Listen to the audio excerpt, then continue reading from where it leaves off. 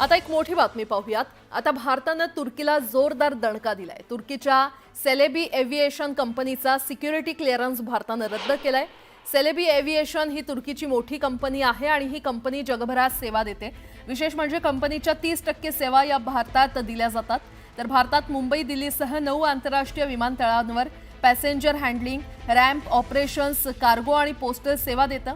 म्हणजे 58,000 उड्डाणं आणि 5,40,000 कार्गो ऑपरेशन्स कंपनीकडून भारतात केले जातात।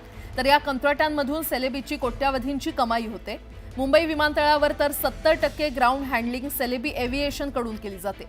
पण आता सेलेबी कंपनीचे सिक्युरिटी क्लिअरन्स रद्द झाल्यानं तय्यब अर्दोगान यांना मोठा धक्का मानला जातोय।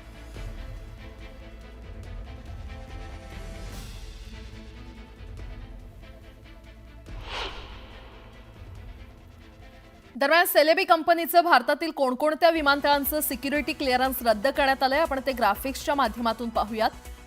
मुंबई, दिल्ली, चेन्नई, बंगळुरू, हैदराबाद, कोचीन, अहमदाबाद, गोवा आणि कन्नूर या विमानतळावरील तुर्कीच्या सेलेबी कंपनीचं कंत्राट रद्द करण्यात आलेलं आहे।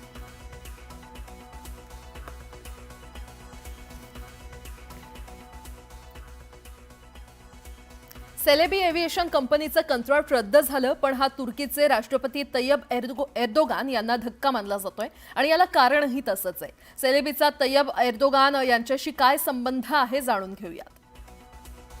सेलेबी कंपनी सुमेये बायरक्तार यांच्या मालकीची आहे। सुमेये बायरक्तार तय्यब एर्दोगान यांची ती मुलगी आहे। तर सेल्चुक बायरक्तार सुमेये यांचे पती आहेत। सेल्चुक यांची कंपनी वॉर्ड्रोन्स तयार करते। हेच वॉर्ड्रोन पाकसह म्हणजे पाकिस्तानसह जगभरात पुरवले जातात आणि त्यामुळे सेलेबीला हा मोठा दणका बसलेला आहे।